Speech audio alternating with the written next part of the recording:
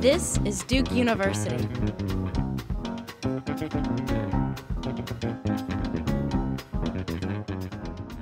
My name is Sterling Wilder, and I'm class of '83 and the Director of Alumni Affairs, and it is such a pleasure to be here in Nashville this evening. Thank you so much for coming and for such terrific attendance. So thank you, and thank you for being here. I don't know if you all realize this, and I'm sure Jack might mention this in a little bit, but we only have about, I'll talk a little bit about this, but a little over 880, just over 880 alums who are in the area, and about a quarter of those decided to come to our event tonight, to the Duke event, so thank you for that, and that's pretty spectacular. That's the best turnout in terms of percentage that we've had anywhere around the country. So our theme in the office is Nashville Rocks, so congratulations.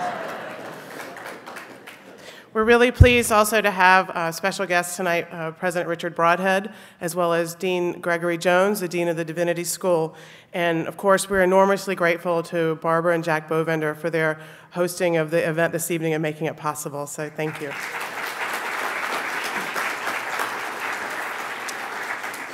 We're also delighted that Bob Shepard, the Vice President for Alumni Affairs and Development, is here, Richard Riddell, Vice President and University Secretary, and Susan Jones, Dean Jones's wife, who is also a professor at the Duke Divinity School.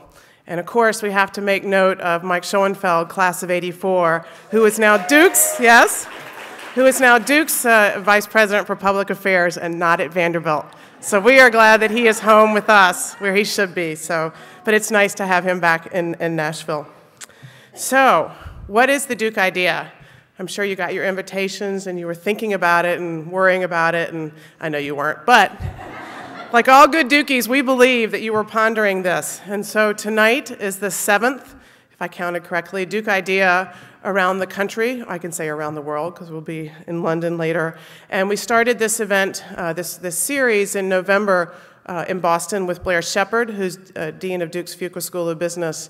And then we were in Fort Lauderdale with Sandy Williams, who is the Vice Chancellor for Duke Medicine, and with Victor Zhao. In Dallas with Sandy Williams, and in Fort Lauderdale with Victor Zhao, who is the Chancellor for our health system.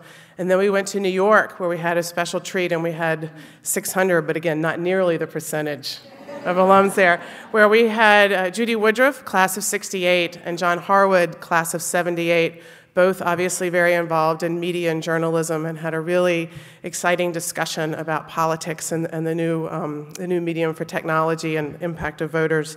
And then we went to the West Coast, and we took Mike Merson, who is the director of Duke's Global Health Institute, and we went to Seattle and San Francisco.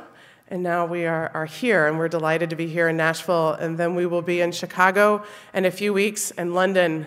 Chicago with David Levy, who's the law school dean, and then in London in a few weeks. That's how we have the world part of our tour. So, and then we'll wrap it up for this year, but we couldn't be more pleased to be here in Nashville.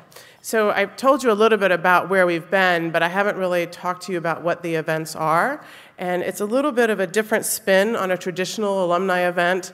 It's our way to introduce you and to let you meet some senior administrators, deans, and faculty, and to bring the intellectual excitement of Duke to you, our alumni and parents in the regions, because we want you to hear firsthand what's going on at Duke and all the different programs and the innovations, because it's an incredibly exciting time on our campus. So tonight's event, so during times of crisis and uncertainty, many turn to places of worship, and not only for material support, such as food, donations, or financial assistance, but also for spiritual support. And given the recent economic downturn, we thought tonight would be the perfect setting to discuss the work of Duke's Divinity School. And so you are about to hear a conversation between President Broadhead and Dean Jones, will be up here, on faith, hope, and innovation, and seeing economic challenges as opportunities. And from their conversation, we hope that you will gain insight into how the economy affects the church, ministry, and theological education, and what Duke Divinity School is doing to educate the next generation of our religious leaders. So I suspect you'll have comments and questions for both of our speakers. President Broadhead will give a brief state of the university, and then we'll call Dean Jones up to what is a replica of his office You see, yes. And then they'll have a conversation, and there'll be time after that for questions. And we hope that you will be able to participate. We hope you'll have some questions, but if not, it's okay. And they'll be here afterwards to speak with you as well. And then again, we'll resume the reception for another hour with food and drink, and have an opportunity to meet several other Duke staff members who are here, and also to share with other Dukies. I do ask that you do turn off your Blackberries and your cell phones, because they will interact with the taping. Yes, we are taping this, and it will be on Duke iTunes U, and we'll send you out a link to let you know when that happens. So quickly, I just also wanted to thank, there are many of you in here who are volunteers for Duke. As I said, there are over 884 alums and 88 parents of current students in the Nashville area. And so many of you are involved and engaged with Duke in so many ways. We have more than 40 folks who interview prospective Duke students. Some of you sit on the boards of visitors. You come back to campus for reunions. You do career networking. You read the Duke magazine. You talk to your best friend from Duke over the phone every month. All of these are really important ways to engage in Duke, and they're vitally important for us. And our job at the Alumni Association are to make sure that you continue those ways of engagement, and that we provide meaningful ways for you to engage, like tonight's educational program, or a reunion, or a meeting with a student. And we also want to make sure that your engagement is enjoyable and something that that brings value to your life, because that's what makes it special and what makes it all about Forever Duke. So that was kind of nice, wasn't it? I hope so. It's supposed to get to you. So now my job, okay, I'm going to be off soon, I promise, is to introduce Jack Bovender, who made this night possible, who's going to introduce our president. And as Jack walks to the stage, I had to say a few words. You may know that Jack is, of course, class of 67 from Duke, and graduate school 69, and he and Barbara are parents of Richard, graduate school, Fuqua School of Business in 08. And you all know all about what Jack does in Nashville, but I want to make sure that you understand that Jack, as a Duke trustee, has been a really extraordinary long-term volunteer. He chaired the Divinity School's campaign during our recent campaign for Duke. He still sits on the Fuqua School of Business Board of Visitors. When I was director of the annual fund, I put him on for 2 rounds on the annual fund service, because he was so wonderful and so much fun and such a great volunteer. He's worked on every reunion. He does everything that we ask of him, and so I want you to join me in thanking him and Barbara for tonight and for him.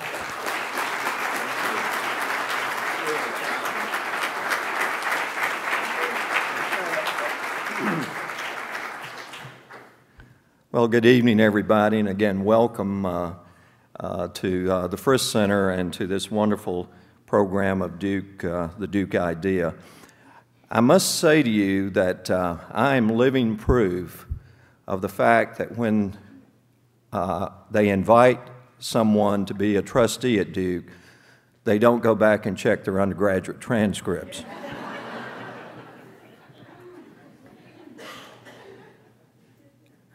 But before we get started tonight, I want to say a word very quickly about this very special place we're in, the Frist Center for the Visual Arts. Many of you know this because you're Nashvillians and watched it be renovated. Many of you may not know that this building was Nashville's downtown post office, and it was built in 1934 as a WPA project. If you talk about stimulus packages that we've heard a lot about in the last few months, this was a stimulus package in the 1930s. And it was built, as I said, by the Works Projects Administration, which also was in the habit of employing artists to do both graphic artwork as well as sculpture and other types of art, as you see out in the lobby here. This post office, as it was being closed down and the sorting of the mail and the main post office was moving out to the airport, was salvaged by an effort that included the governor and the mayor of the city working with the then Postmaster General and others to buy this post office and to renovate it. And I must tell you that the driving force behind this was Tommy Frist, who's sitting in the back, and I think we all owe him as Nashvillians a round of applause for making this building possible. Now, I've got the honor of introducing Duke's 9th president, who became president of Duke on July 1st, 2004, after a 32-year career at Yale. He was a distinguished professor of English there, he was chair of the English department, and he was dean of Yale College. We somehow convinced him that he needed to move further south to the one true great university of this country, and he did that to our benefit. He is a noted expert in 19th century American literature and author of many books and articles, and as president of Duke, he has faced a number of challenging issues, not the least of which has been this most recent financial meltdown in the country, which has affected Duke University's endowment as it has affected endowments of all of the great universities in this country. And I can tell you from my own personal involvement in working with him and other trustees through the last few months that he's dealt with this in a manner that demonstrates both management savvy and significant leadership skills, and we're fortunate to have him at this tough time economically. While there are many items I could mention that demonstrate the positive changes he's brought to Duke, I think, 3 of these, epitomize his goal that knowledge should serve society. That's his mantra, knowledge should serve society. First of these is a program called Duke Engage. It's an endowed program which allows students in their summer vacations and other times during the year to work in different communities in this country and abroad to take their knowledge learned in the classroom and apply it to real-world societal problems in many places in the world. The second is his work on the Duke Global Health Initiative, which is designed to reduce health disparities both here in the United States and, of course, worldwide. And lastly, and very importantly, his driving the financial aid initiative that over the last 2 years raised over $300 million for endowed scholarships. He's married to a wonderful woman, Cindy Broadhead. They have one son, Daniel. It's a pleasure to have you here, Dick. Thank you.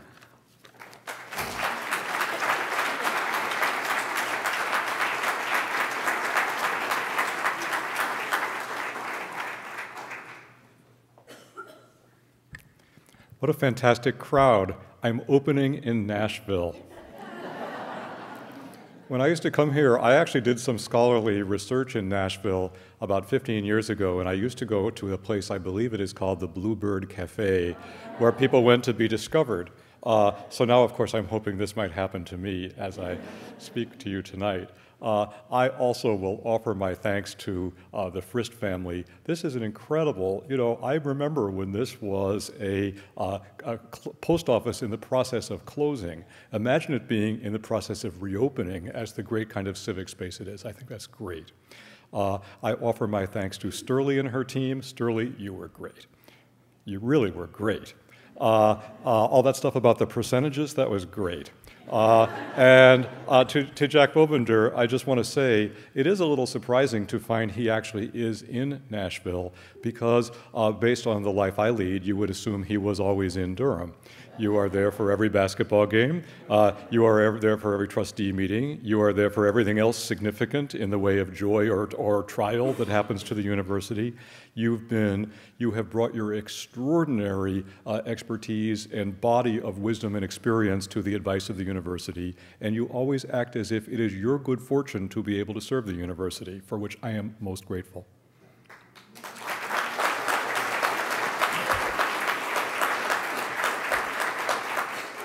And somewhere here, I know we have many members of the Mike Schoenfeld fan club. There they are. There they are. Well, I remember hiring Mike, and then, of course, every time I tried to call him last spring, he was having to go to another farewell party. What did I hear? I heard there were something like 53 separate farewell parties for Mike Schoenfeld. I mean, I'm glad he finally left, you know, he must have, but anyway, he is a most wonderful acquisition. And Jack, when you said I had been persuaded to go to the one true great university, I am indeed very fortunate to be the president of the one great true university. But I do realize that I am in a city that houses another great university with another great health system. And so across that chasm, I salute all Vanderbilt fans. Here's the format. Yes, that was gracious of me, wasn't it? Here's the format. I'm going to just talk for maybe 10 minutes about some new things at Duke. At that point, I will introduce Greg Jones, and by the time I finish my introduction, I'm hoping he will be sitting in this chair in this astonishing simulation of my office. You and I have sometimes talked in my office, so this would be very homey for us, won't it?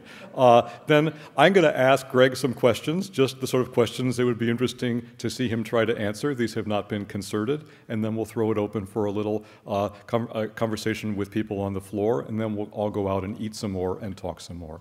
Let me just start this way. Spring is always a glorious time at a university. We began the month of April by having our admitted students come to look the place over and visualize themselves as high school students in the process of going through that amazing transformation that happens when people go to college.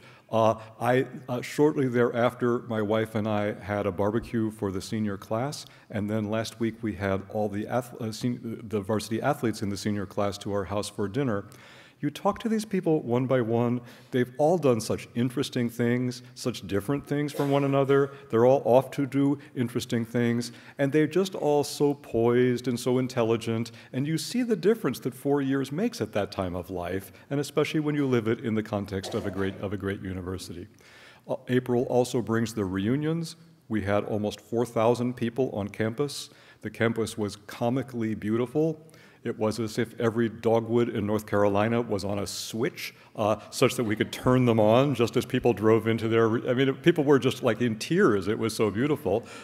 And when they went around and saw that the places they love are still all there, but all kinds of things are there that they didn't know, that they immediately recognized as part of the fabric of a great university. So really, the place is in a state of extraordinary health, and I believe I could say even extraordinary happiness and vitality.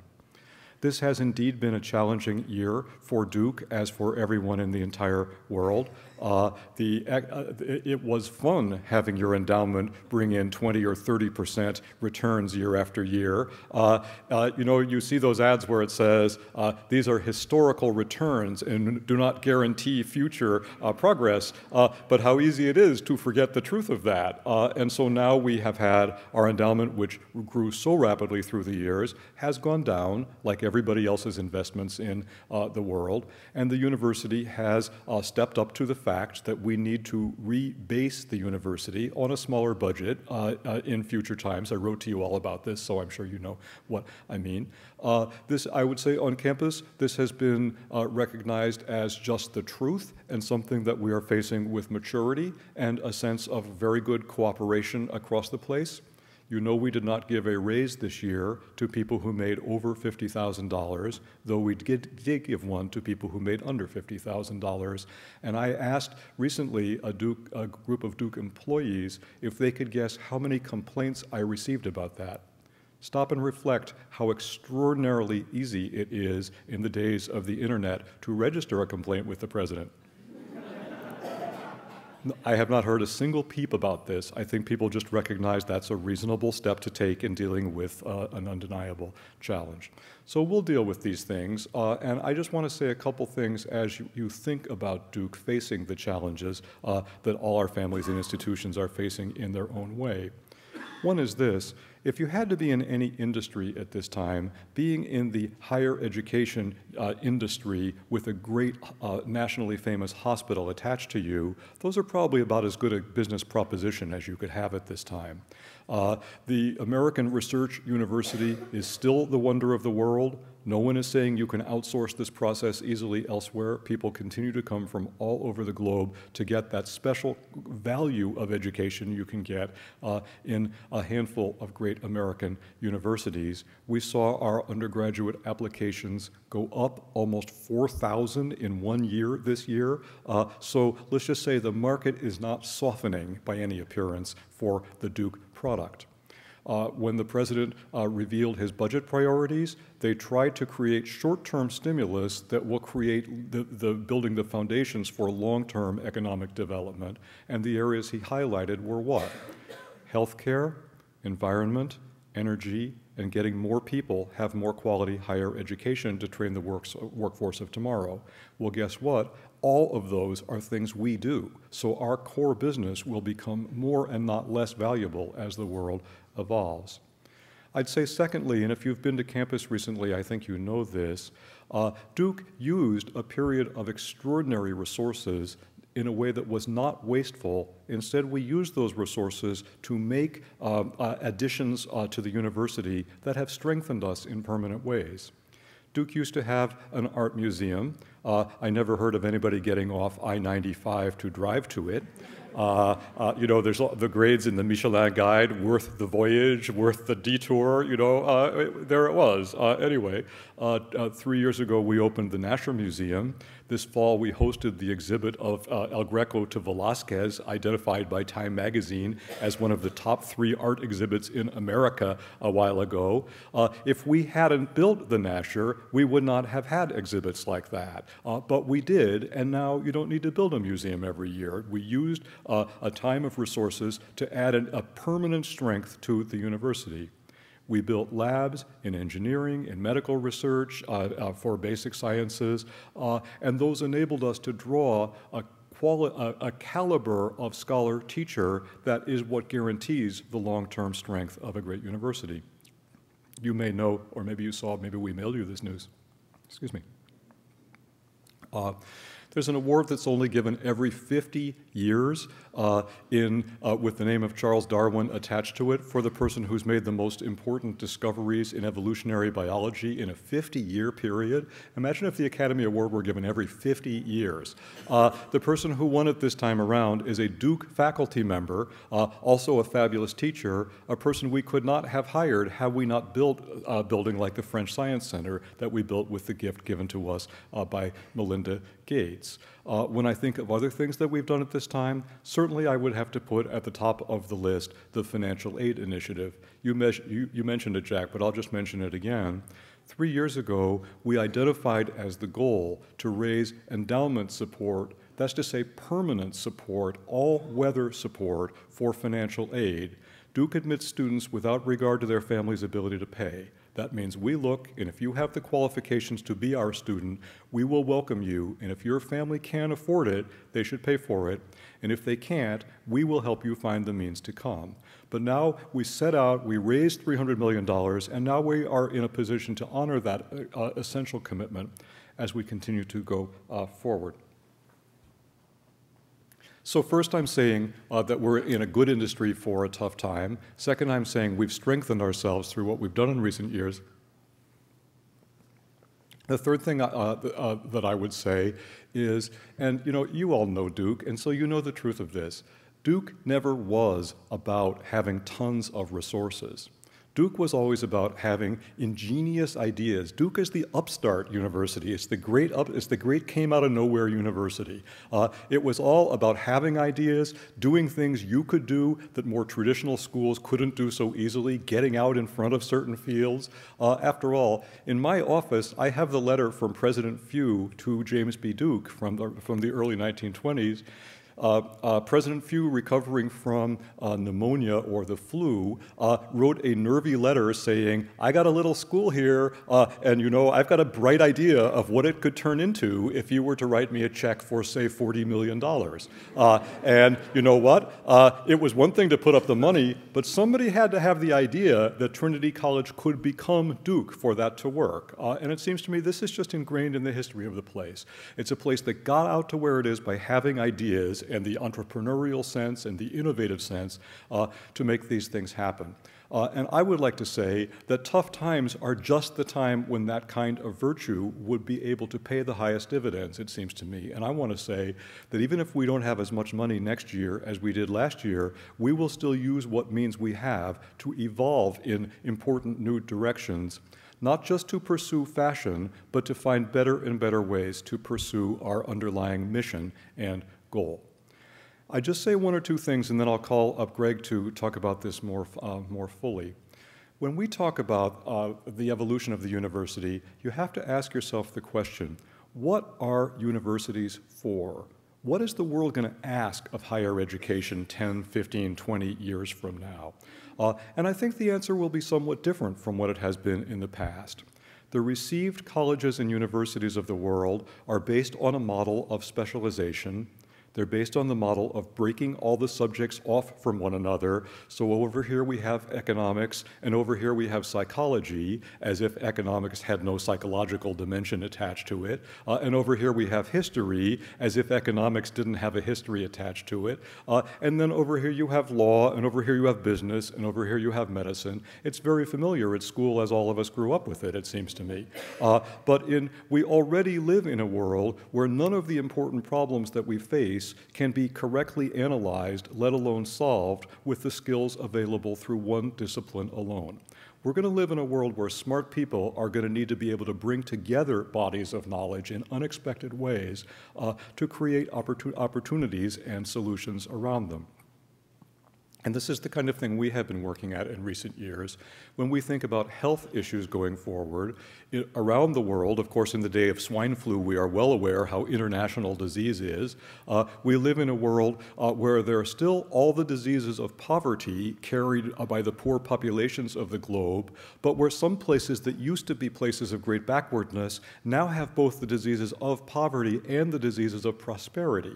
And so when we hear about obesity being a problem in India, you say, we have entered a new world. Or when you talk about diabetes being a problem in China. And then, of course, if we think of this country, which has the most astonishing medical technologies in the world, but I don't know that anyone in this room would say we've entirely solved the problem of distributing those in the most successful way through our population.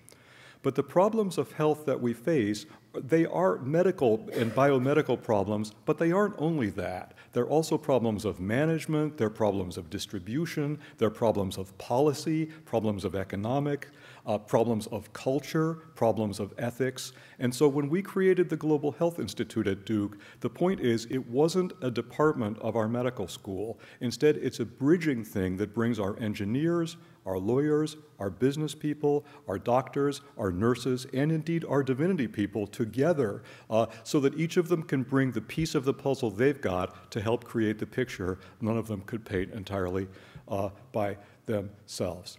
So that's the kind of thing we're looking for. That's the kind of program we have been building in recent years. In a few weeks, you will learn, do you know the Sanford Institute of Public Policy?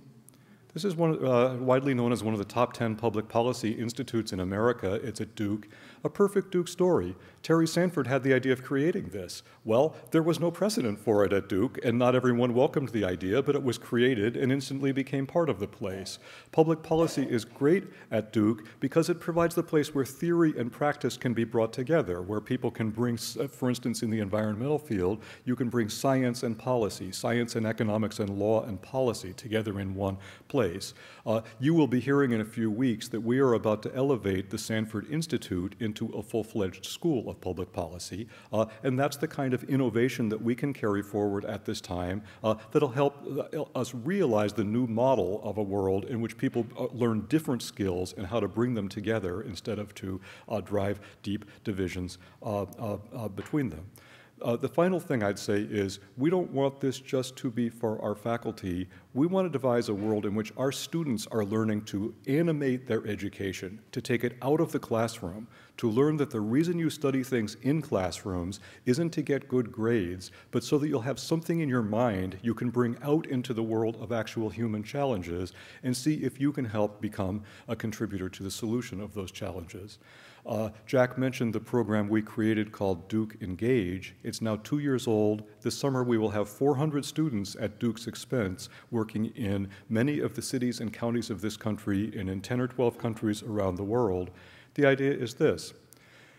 If a Duke student took a class in which they learned what some of the indicators are that lead kids to drop out or discontinue progress in school at middle school, and if they write a paper about it, but if then in the summer they get to go work in a project in the Durham schools where they and others can try to figure out what can you do with somebody at exactly that age that would help them carry them forward through school instead of letting them fall off the sled, that person at the end of the summer knows about what the reality of people's lives outside the bubble of successful people and well-educated people. They've learned something about human reality, but they've also learned how the things they studied in a classroom setting can be put into practice in a real-world setting.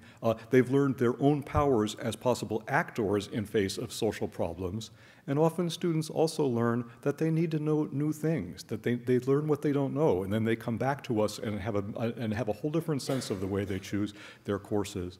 With gifts from the Duke Endowment in Charlotte and from Melinda Gates, we launched this program with 90 students 2 summers ago. Now we will this summer have 400 Duke students working for extended periods in places that take them to what? To Kenya, to India, to Durham, to, I don't know if we have any in Nashville, we certainly do in Seattle, we do in St. Louis, working somewhere in an education project or an environmental project or in any of 1,000 kinds of programs. And I'm going to tell you, in the future, these people will know not just book learning, they'll have a sense of the purpose of book learning to turn one into a responsible and constructive citizen of the world. I'm now making a transition to the subject of Greg Jones, and when I finish the next 6 or 8 sentences, I'm hoping he will be sitting in that chair.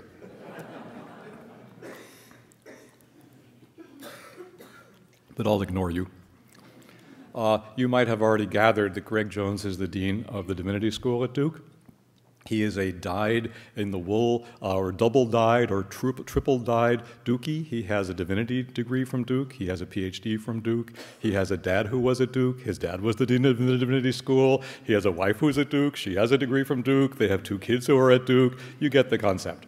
If you wonder where he often is, sometimes he's at Duke, although often he's other places, including, it appears, Nashville as well. Greg, as you can see, is a youngish person, but I think he could say he is really one of the most seasoned and critical leadership figures within Duke University. You are the only one of the deans who held your post before I came. We've just had that much turnover. We've hired excellent new colleagues, but you have assumed a kind of leadership role across all the schools. And this is not only because of your longevity, but because of the ways you embody the extraordinarily distinctive features of that university. The combination of traditionalism and entrepreneurship and many other things, your communications abilities, you play well with others, you know how to make them feel they're leading while it's you who are prodding. Oh, he has many skills. Greg Jones could have been a million things. If you've ever heard him preach, you know that you have heard one of the great living preachers. If you've ever read a book by him, you know that you're reading one of the great thinking scholars. He nevertheless has settled on this career as an administrator.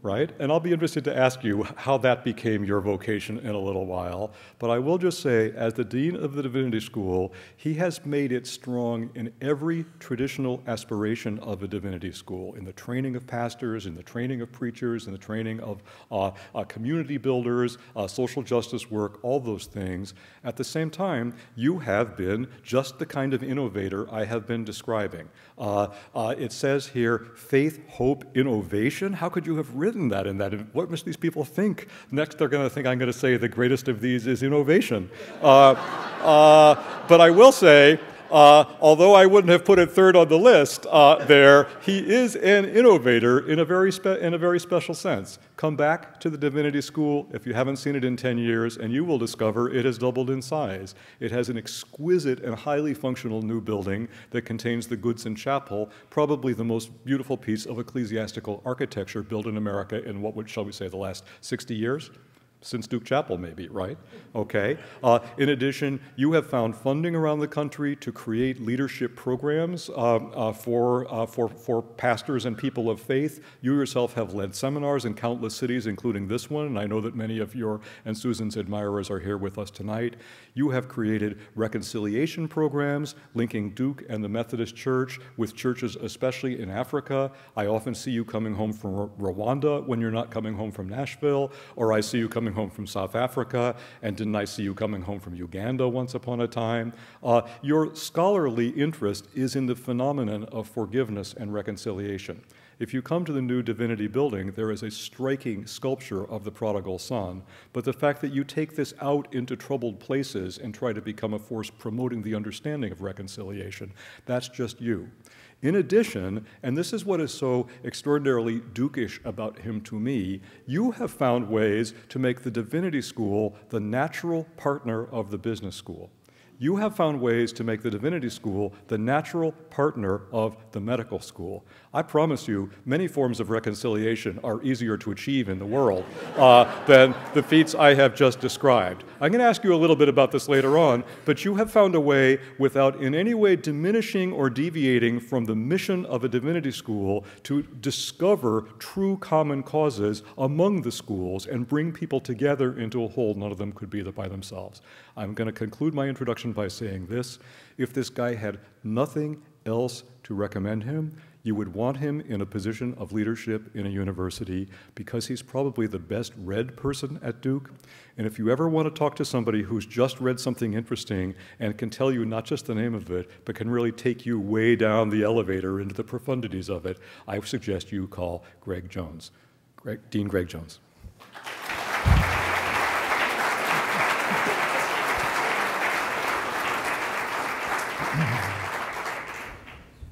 My, it's just like old times.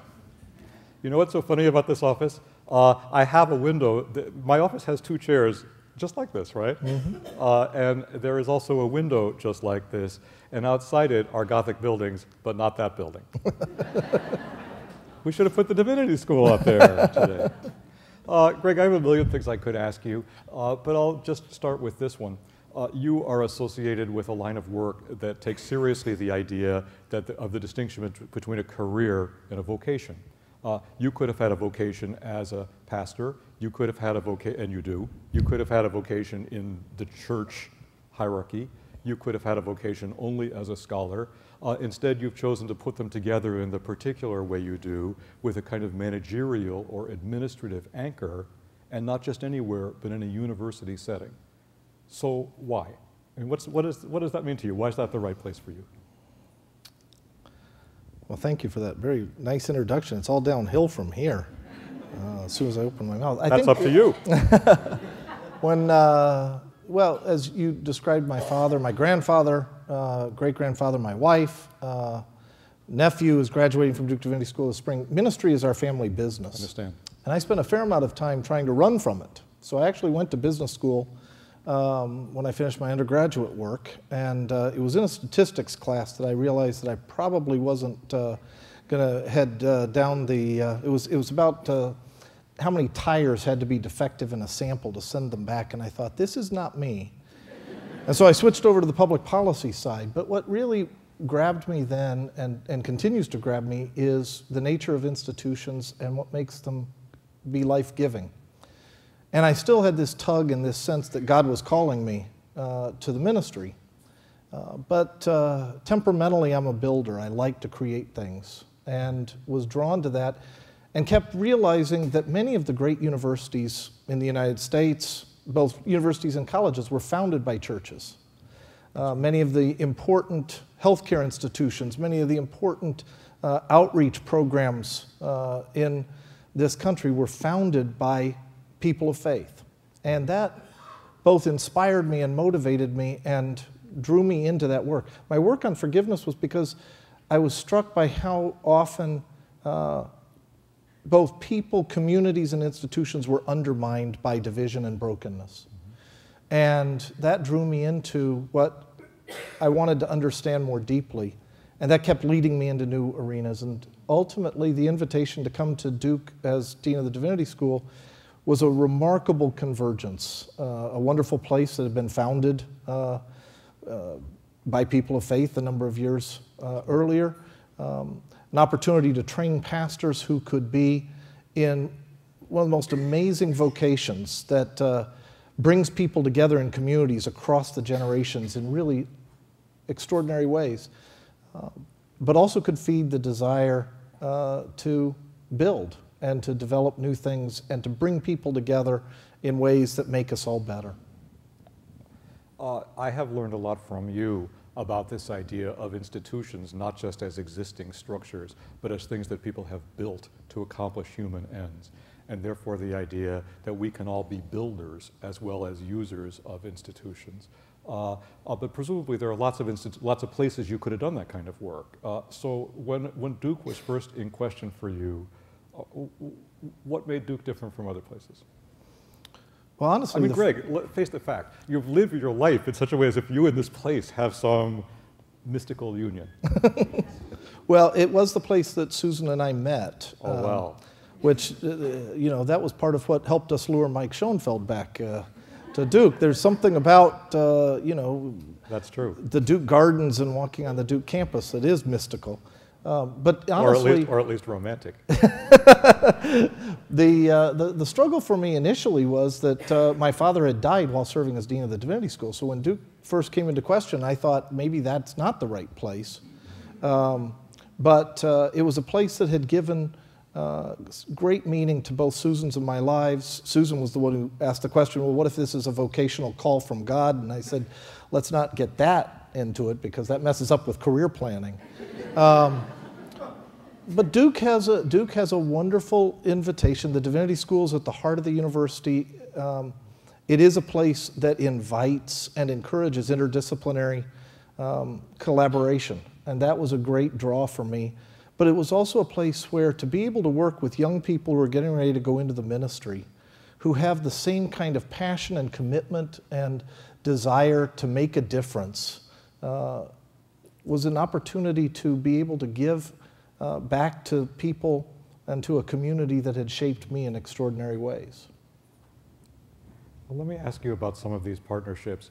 You say it was a place of collaboration, and I'm sure it was, but it's also true that the levels of collaboration and the breadth of collaboration and the depth of those collaborations, I think, has really grown quite remarkably in recent years, and in some significant measure thanks to you. Please reveal to the assembled the secret answer to the question, what is the meeting place of divinity in business? Last year at the reunion weekend, Blair Shepard and I, the dean of the business school, did an event, and I think people came out of curiosity as to try to understand. We began by saying that Blair said that most of his faculty in the business school thought that it was a bunch of communists in the divinity school. And I said, you know, that most of my faculty thought that the business school was a bunch of atheistic capitalists. And so that was the opening kind of assumptions.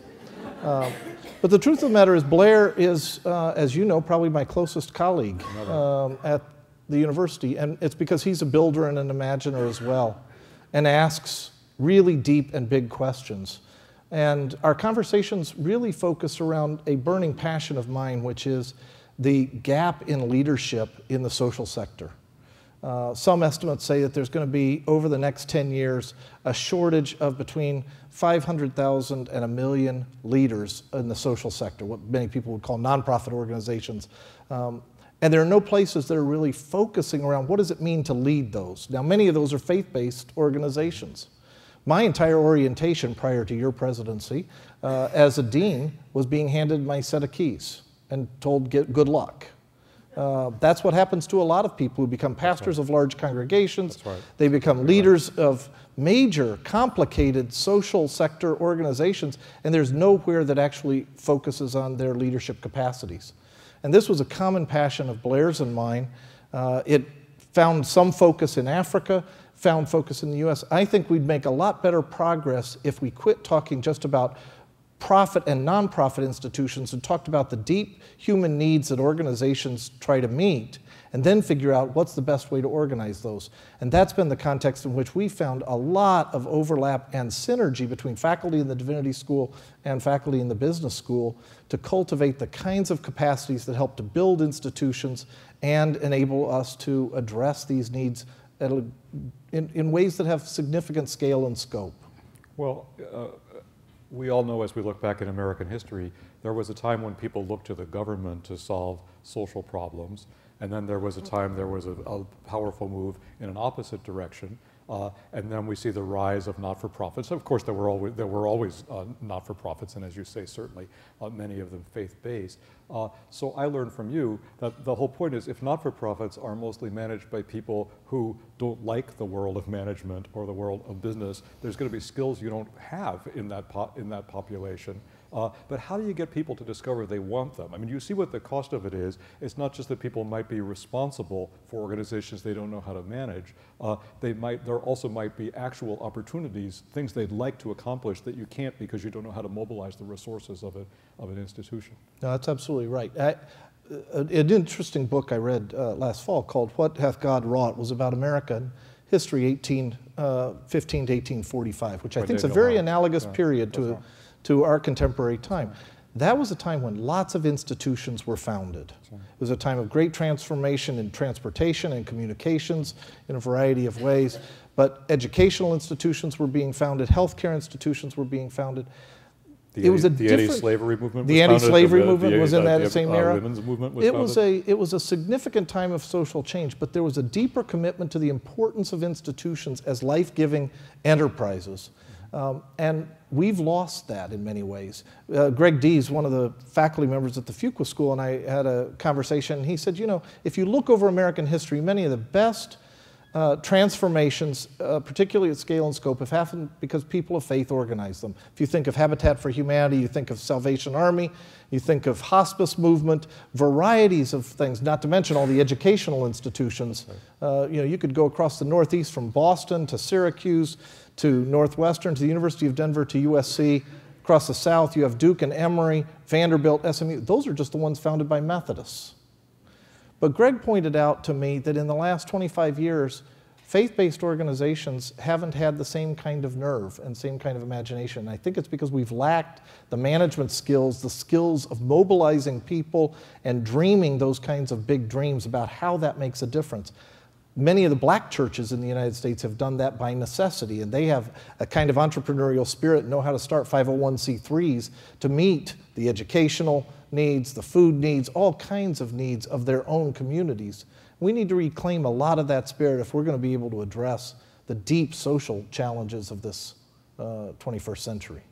In our country and elsewhere, because one of the first places I saw you and the dean of the business school functioning together, not in a social context, you brought together a meeting at Duke of people interested in the question of African health workers.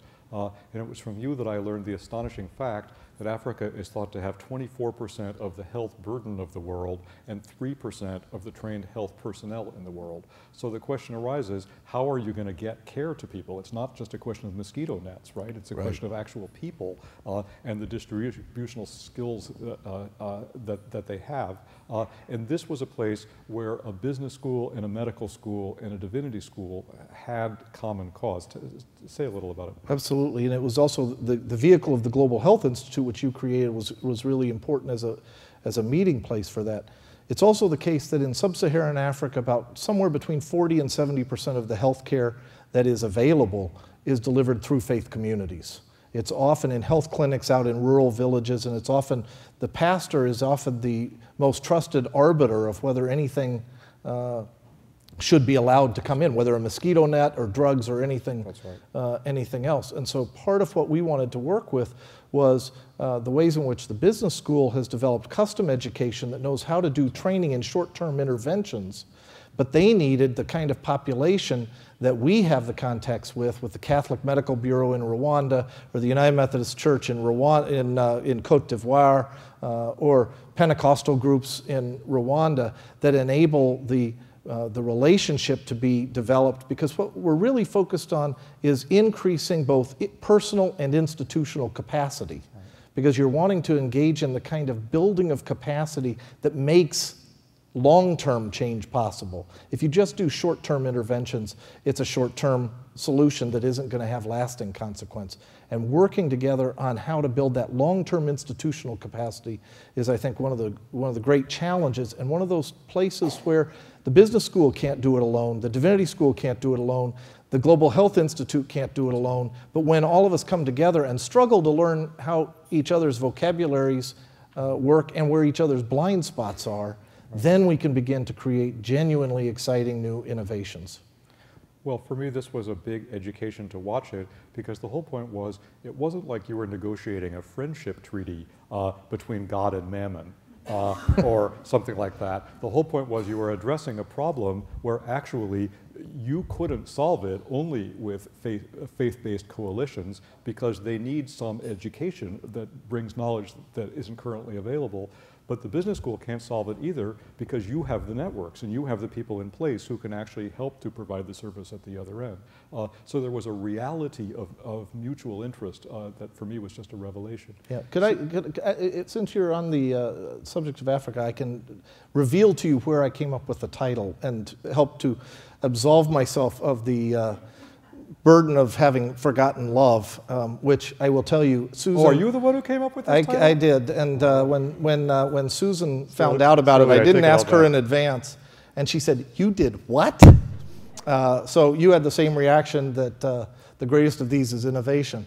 But the idea of that phrase actually comes from our experience with our Center for Reconciliation in Africa, which brings people together, and we've absolutely quickly learned it's about leadership, it's about health, it's about sustainable agriculture, and it's about reconciliation. There's a woman in Burundi who came and spoke to our gathering. We had 100 Christian leaders from Kenya, Southern Sudan, Uganda, Rwanda, Burundi, and Congo. So some quiet spaces in the world.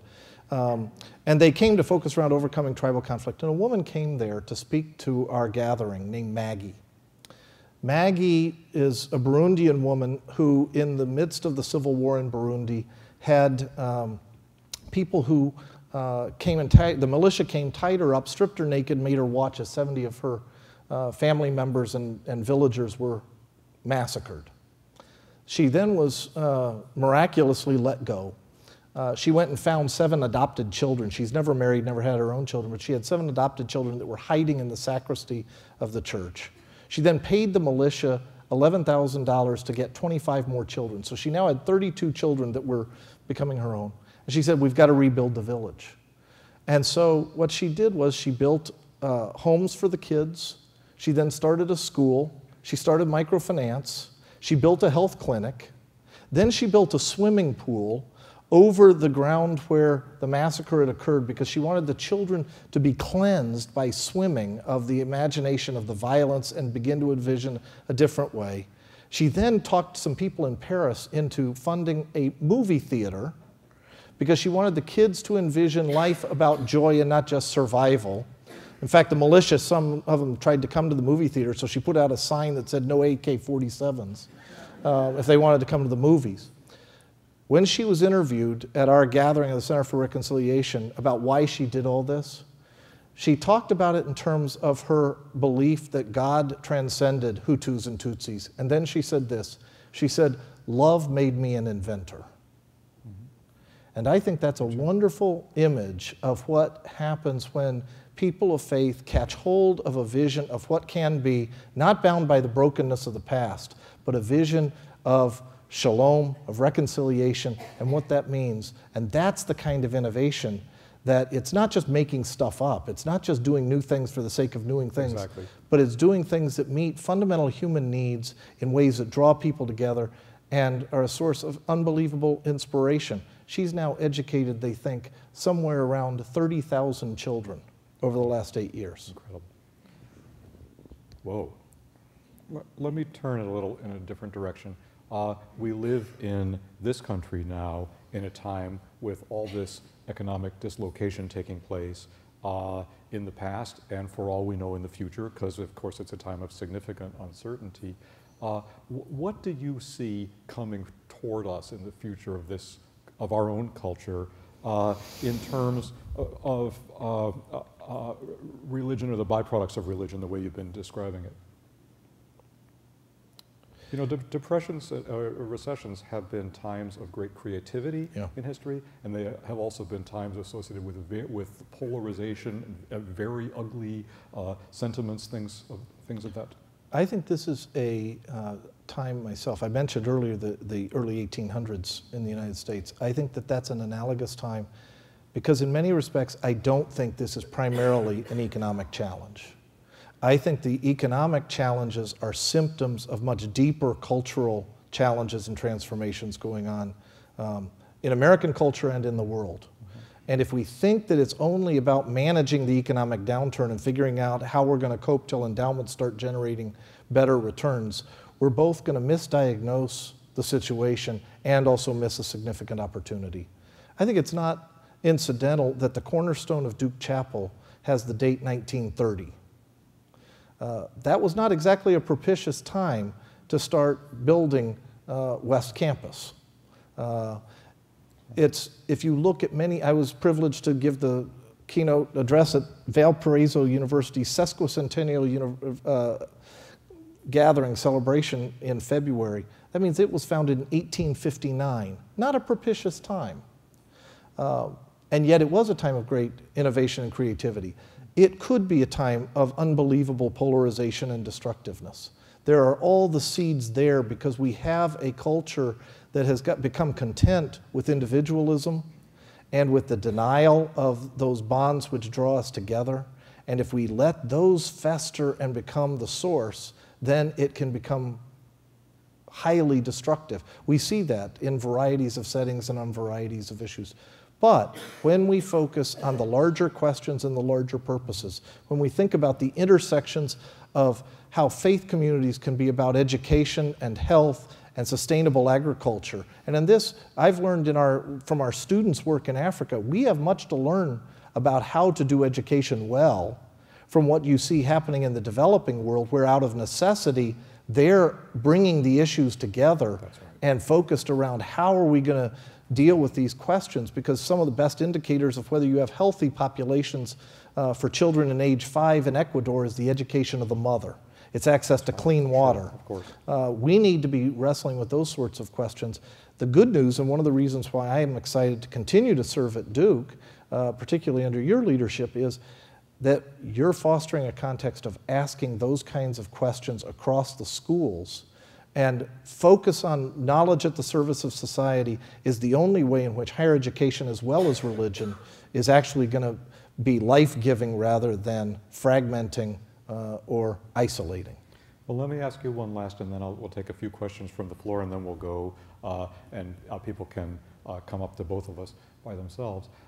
I'm just wondering, how do you see, so among other things, you're also in charge of a divinity school. You're also in charge of the work that a divinity school does in training students and preparing people for vocations and things of that sort. How do you see that changing? Do you see that change? Do you see at the end of the current economic difficulties, do you see us coming about where we were, or do you see a change in other words, do you see this crisis as a challenge to the model of education itself in significant ways? And if so, how do you see it evolving? I think divinity education is going through huge transformation. I think that the model of much divinity education has been on the presumption that it's providing the necessary licensing to practice a craft similar to an MD. But what's been happening, particularly with the development of independent congregations, of community churches, of non-denominational congregations, is it's more focused on whether people actually can do the work, which means that the analogy is more like an MBA, which is a really valuable degree, but by and large, a corporation is more interested when they're looking for a leader of that organization, that corporation, as to whether or not they have the skills than whether or not they have the degree. And I think the challenge for us is to be sure that we are focused on providing the kind of education and formation, the ways of interpreting the Bible, the ways of understanding the vocation of leadership in congregations that will enable people to see that it's not just a credential that's necessary, a license to practice a craft, but a really valuable formation that's going to equip the best leaders of congregations. One of the great transformations, particularly in Protestantism, but it's also the case because of the priest shortage in Catholicism, has been an increasing bifurcation in the size of congregations. There are still lots of small congregations, small parishes, that are finding it increasingly difficult to support financially a full-time pastor. At the same time, the average size of congregations, regardless of denomination, and this would include Jewish synagogues as well, has increased enormously. Well, the skills that are needed to do what a friend of mine who's absolutely committed to small rural church ministry, he calls it that what he does is front porch lemonade ministry, where you sit sipping lemonade on the front porch and you do pastoral care that way. That's a very different set of skills, challenges, and understandings if you're pastor of a 6,000 member congregation, of which there are an increasing number. And so that difference in size means that we can't be assuming that the kind of formation and education, much of which is not going to change. We're still going to teach Old Testament and New Testament, church history, theology, ethics, but we have to be helping students, and we have the youngest student body, or one of the youngest student bodies of any divinity school in the country. These are young people who need to be able to catch an imagination of what both the challenges and the opportunities are going to be for pastoral leadership in the future. I think it's still the most amazing opportunity because these congregations are places that bring the youngest of children and the oldest of adults together to talk about issues about meaning of suffering and hope and vocation and life. And to be a pastor is to be invited into people's lives at their most intimate times, when they're getting married, when they're losing a job, when they're going through a divorce, when they're struggling with a loved one dying. Restaurant that she's had, and please talk about that a little. I think it's very impressive. Well, sure. When they chalk up my successes and failures during my time at Duke, I have no doubt about where the appointment of Ellen Davis will fall in the Divinity School. She's a member of our faculty in the Divinity School, and last night President Broadhead awarded her a new distinguished chair. She will succeed David Steinmetz in the Amos Reagan Kearns chair, one of our oldest chairs. She teaches at the intersection of Bible and practical theology, and as you suggest, it's around questions of the environment. And we didn't even talk about the School of the Environment and our connections there, which Ellen has helped to forge, and with the new appointment, Norman Wurtzba. We were the first place on campus to have a green dining facility, the refectory, that's ranked #1 among the undergraduates as the place to go. So it's been a success in that respect. But also it's been using locally grown produce from farmers, particularly in Chatham County, in really good ways. She has brought a consciousness, because all she's done is been reading the Bible and just pointing out all the images of land and agriculture and sustainable agriculture in extraordinary ways. But there's an added twist to this about the impact that Ellen has made, because as she's addressed these questions about the Bible and agriculture, she also has developed friendships that has implicated the Divinity School in really good ways in a relationship with the Episcopal Church in southern Sudan. She taught a person who was that time a pastor in southern Sudan, and he said, someday you must come back to Sudan and teach for me. He's now the Archbishop of all of Sudan, including the north, so he has got a lot on his plate. She went over and started teaching, and anybody who knows Ellen knows that she's something of a force of nature, that when she decides something ought to happen, we all just kind of follow along. And she began doing this and developed a partnership with the Rink Theological College in southern Sudan, and then started having our graduate students go over to teach for 2 weeks at a time.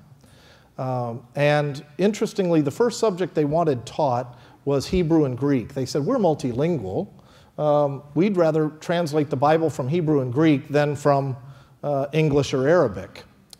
And then they asked, the next topic they wanted taught was public health. We have a divinity graduate who's the medical director of Wake County, and so he started going over to teach public health and help focus around clean water issues. And then they wanted to focus on sustainable agriculture, again, in Ellen's wheelhouse. And so now we have probably the only educational institution I know of in the world where the 4 topics that are taught are Hebrew, Greek, Bible, well, Hebrew and Greek is one, biblical languages, Bible, public health, and agriculture. But what's really been extraordinary, and Ellen worked with the Archbishop of Canterbury to have a conference that brought people from Duke, people from the Diocese of Salisbury in England, and people from the Episcopal Church in Sudan to focus around their needs, and this comes back to building institutions. But for 2 days, we were at Lambeth Palace in London in a conference where it was just taken as a given that you would have faith communities focused around education, agriculture, and health, all as if they were interrelated aspects of one topic, not different topics. Well, as soon as you are there, and I had several colleagues with me there, you come back and all of a sudden you're going to teach your students in the U.S. in different ways. And that's been part of the real gift. When I look for faculty, I really want great scholars, but also people who are asking questions across those kinds of lines, because they're going to help us all probe our faith more deeply and also make a bigger difference in the world. Fantastic. The light is challenging up here for recognizing hands, and so if your hand is up and I'm not seeing you. There's one right here. Here's one, sir. Dr. Jones, how do you relate to Reynolds Price, since he's kind of made us switch from medicine to literature and back and forth? And is he teaching the divinity school and you teaching the medical school? Well, Reynolds is one of Duke's great treasures, and one of the little-known things about Reynolds is actually he's quite a significant biblical scholar. He is very well read in secondary biblical scholarship, not just the work he's done and published around the Gospels and things like that, but he can actually go toe-to-toe with New Testament scholars. And so we've had him over for a number of engagements where he and Moody Smith and other New Testament scholars have talked about, well, what do you think of the secondary scholarship on the Gospel of John? It's quite extraordinary to find an English professor who is that eloquent in biblical scholarship. Now you've said it. In biblical scholarship. But he's just an extraordinary writer. If you haven't ever read his book, A Whole New Life, I mean, it is one of the really genuinely great books. And one of the great joys of being at any university is that you meet these people who you could talk to them about any subject and learn a great deal. And Reynolds is one of those people. He was a lifelong friend of W.D. Davies, one of our great New Testament scholars. And at W.D.'s memorial service, Reynolds came out in his wheelchair and delivered about a 4-minute eulogy. And I turned to Susan and I said, boy, if he'd be willing to speak for 2 minutes at my memorial service, I would be thrilled. I mean, the man is eloquent and articulate and just a Duke treasure. Well, it gives you a sense, we just came not that far. You really just have to go more or less due west to get here. We wanted to connect with the Duke community in this place, and we wanted to give a little idea of what we're up to these days and how we're defining our ambitions and our projects. And I think that by listening to Greg for an hour, you get a pretty good sense of that. And then these questions as well, because after all, Reynolds Price, who's one of the most distinguished living American writers, His 50th year on the Duke faculty was celebrated a year ago, January, and Toni Morrison came for it, together with many other writers. He has written novels, he's written stories. He's also done 3 translations of the Gospels, right? Then when the question was asked about Ellen Davis before, you know, it's not that she's not a scholar. Her work is completely grounded in Old Testament exegesis. It's just that it leads out in all these directions. I just conclude by saying the thought you put in my mind, Greg. Academics have a word that we're very fond of these days, interdisciplinarity, and it's as if to say it's natural for all these different disciplines to be separate, but we're trying to make them be connected. When I talk to you, I always come away with the sense that it's actually unnatural for them to be separated. In human experience, these things actually belong together, and that we will prepare ourselves more richly and our students more fully for the world they're going to inherit if we develop the whole of their powers and give them a broader range of the connectivity of human needs and human powers. Thanks so much for being with us. We look forward to continuing outside. Produced by Duke University. Online at duke.edu.